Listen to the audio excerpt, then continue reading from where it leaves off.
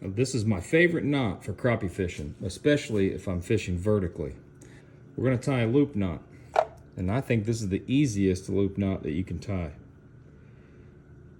I'm going to run that main line through the eye hole. I'm going to double that line back, like so. Now, I'm going to wrap this line. I get about 6 inches of line, and I'm going to wrap it around my 2 fingers. And then tuck that line underneath there once, and then twice. Like so. And then I'm going to slip this finger in here. I'm going to begin to pull that loop a little tight.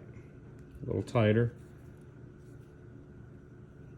And so I want to end up about a 1/2 inch away. I want that knot to end up about a 1/2 inch away from that eye hole.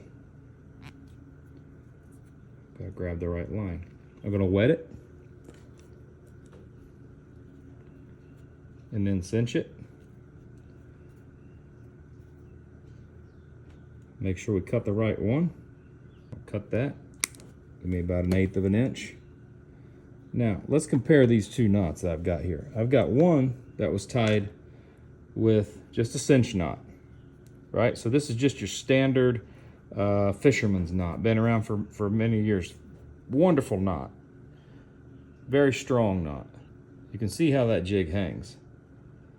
Hangs straight down like that. It doesn't give it a chance to balance out. Now when you look at the difference between that and your loop knot, now you've got a balanced jig head, and that's the way you want to present it to the fish in the water. You want it to actually appear as a minnow. You want your jig to appear as a minnow horizontally.